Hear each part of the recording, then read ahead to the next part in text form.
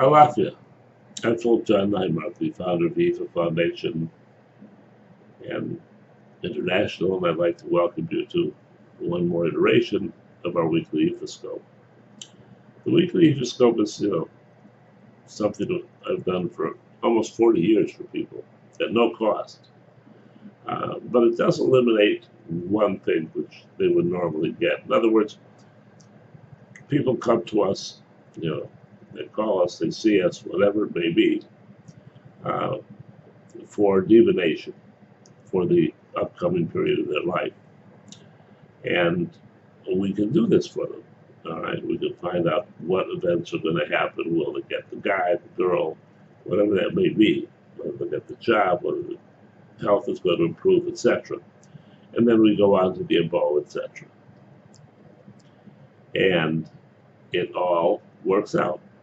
And that's the reason, by the way, I've been doing this for 40 years, and so have, to lesser amounts of time, the people associated with me, my lovely wife Vasa, etc., etc.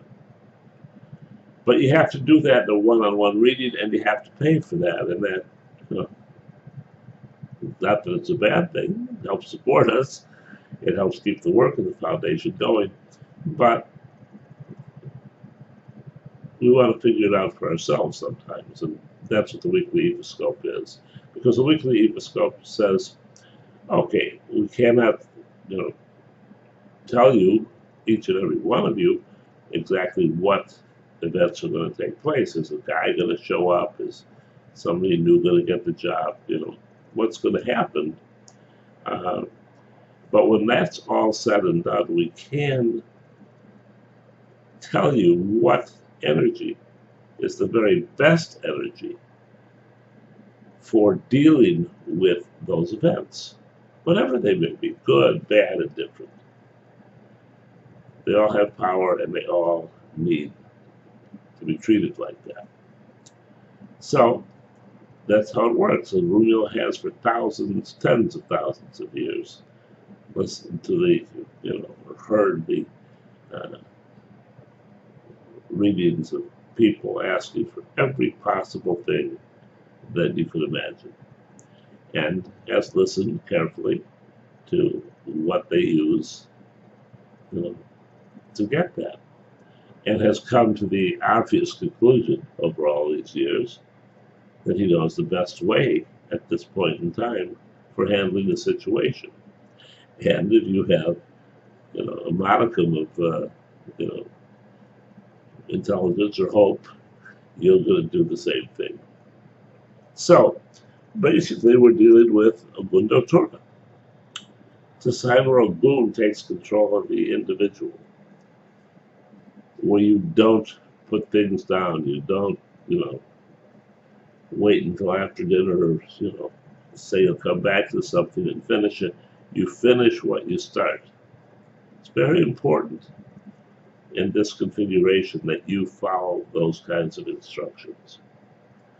It's also very important that you share on the emotional spiritual side something which is going on. You share because, one, you may not know exactly the answer that you need, and two, because there's an intimation, there's a cross current that other people are going to be angry at perhaps what you want, or what you're thinking, or what you're going to do.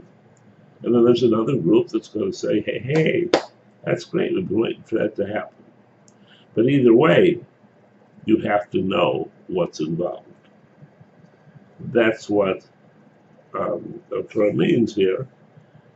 And it generally comes to people that are very quick in, solving something, or in implementing change, or that kind of a thing. Obathalans like me are very prone. Boom, do it, and it's over. You probably picked that up listening to some of these, but that's how it works. But this is not a time where it works like that. And following a couple of weeks of being on path, The question here is, will it be on path or off path again? And the cast was on path very, very strongly for looking at things with an eye for their honesty and integrity. Not to be fooled, not to take things at face value, not to take things because they look a certain way, but to delve into it and use our mind and the help that we get from Orunmila to make those decisions, to be very, very sure that each and every one that we, are checking out, that is going to implement and become part of our solution to this, has been well thought out, and that we are on the right side of the equation. So it's, it's a major sign. It's very good, very powerful, and it's irate. That's 3 weeks in a row. Heavens, maybe we're all getting the hold of this. And the subset on this is family. It's suggesting that this has something to do with family. It could be adult family, children in family. It could be godchildren. It could be aunts, uncles, whatever. That comes into what you know has been going on, what you know needs doing. But either way, that's what it says, and it follows up by telling us that, yes, indeed, it is Ogun that offers us the opportunity of getting the most out of this, the greatest advantage, and that coincides with our, finishing what we start, with our being sure of what it is that we're doing. So it's a matter of offering a simple thing, honey. Not, too often do we offer honey to Ogun, sometimes.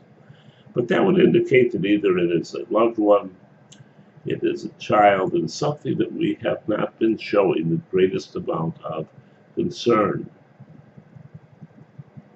or concentration with their wishes or their understanding of things.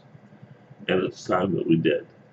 And it says it's going to happen if we follow up and do it correctly. So what we do is you want to take down Ogun if you're lucky enough to have him. You want to give him one tea candle, a white tea candle, or a white candle that's that big if you prefer. And you want to put a dish of honey in front of him. And then you want to pray and ask Ogun for the perception, for the understanding, for the knowledge, for the security, for the epiphany, as it were, of what it is that you need to see, to think about, and to act upon. In that way, 3 straight weeks may turn into 4 or 5 or more. Until next week, love and blessings.